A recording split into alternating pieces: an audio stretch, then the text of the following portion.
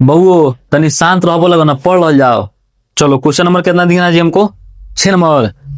चलिए क्वेश्चन 6 देखिए क्या कह रहा है। ये भी बड़ी आसान क्वेश्चन है, तो ध्यान देना। कह रहा है कोण ए और कोण बी न्यून कोण है। क्या है? कोण ए और कोण बी क्या है? न्यून कोण है। और कॉस ए और कॉस बी दिया है, तो बताइए कि कोण ए बराबर कोण बी होगा कि नहीं होगा। देखो पिछले बार दूसरे तरीके से बताए थे, ठीक ना, और की बार दूसरे तरीके से बता रहे हैं। देखो लोग यहाँ पे कॉस ए और कॉस बी, पहले तो दूगो तो पहले यहाँ पे हम बना लेते हैं कौन सा त्रिभुज, हम कौन त्रिभुज, ठीक है, A B C, A B C. अब कोई हमको बताएगा कि हम बी है, ए और बी है ना क्या लिखे हैं। कह रहा है कॉस ए कॉस बी, यानी कि दोनों का दोनों क्या है, और ये है कोना पे है इसलिए, ठीक है। अब देखो क्या दिया है, दिया है हमारे पास, दिया है क्या, कॉस ए बराबर कॉस बी दिया है, और हमें सिद्ध करना है, हमें सिद्ध करना है एंगल ए बराबर एंगल बी। ये ना सिद्ध करना जी हम लोग को।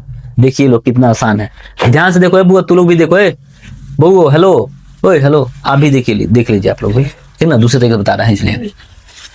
चलिए तो देखिएगा यहाँ पे, अब हल में मान लो हमको हल करना होगा, तो क्या करेंगे, सबसे पहले कॉस ए जो लिया है, कॉस ए बराबर कॉस बी। अच्छा कॉस ए का फॉर्मूला क्या होता है जी, क्या होता है, क्या होता है कॉस, कॉस थीटा का फॉर्मूला क्या होता है, बी बटा एच। चलिए ठीक है, ए को आ रहा है तो बी कौन सा जाएगा, हाई वाला ए सी, चलो ए सी लिख दिए। अब बटा एच, एच क्या हो जाएगा जी हमारा, ए बी। कोई दिक्कत नहीं है ना। अच्छा एक गलती है, कॉस बी जो है इसमें देखो बी यानी क्या यहाँ पर है, इसका बी क्या हो जाएगा, सी बी, और बटा एच क्या हो जाएगा, ए बी। कोई दिक्कत है तो बोलिए, अब किसी को कोई दिक्कत है तो बोले, क्योंकि दिक्कत है जी नहीं है ना। अब देखो लोग क्या क्या कर ले, देखो यहाँ पे अगर बात की जाए, वही दो त्रिभुज है ना, त्रिभुज ए बी सी जो भी है, ठीक ना, हम यहाँ पे लिख दें त्रिभुज ए सी बी और दूसरे त्रिभुज, दूसरे कहा लिखे, क्योंकि दोनों सेमी नाम से है इसलिए, ठीक ना, ए बी सी लिख लेते हैं, ए बी सी इसके लिए, ठीक ना। अच्छा दोनों त्रिभुज में ध्यान देना बुआ, दोनों त्रिभुज में ध्यान क्या देना है।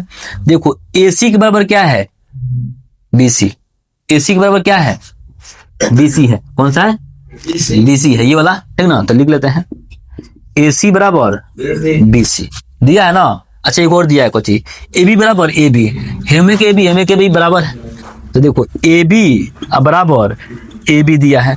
अच्छा दोनों में जो सी कोण है वो क्या है, 90 डिग्री है ना, तो यहाँ पे लिख देंगे कोण सी बराबर कोण सी क्या है, ये 90 डिग्री।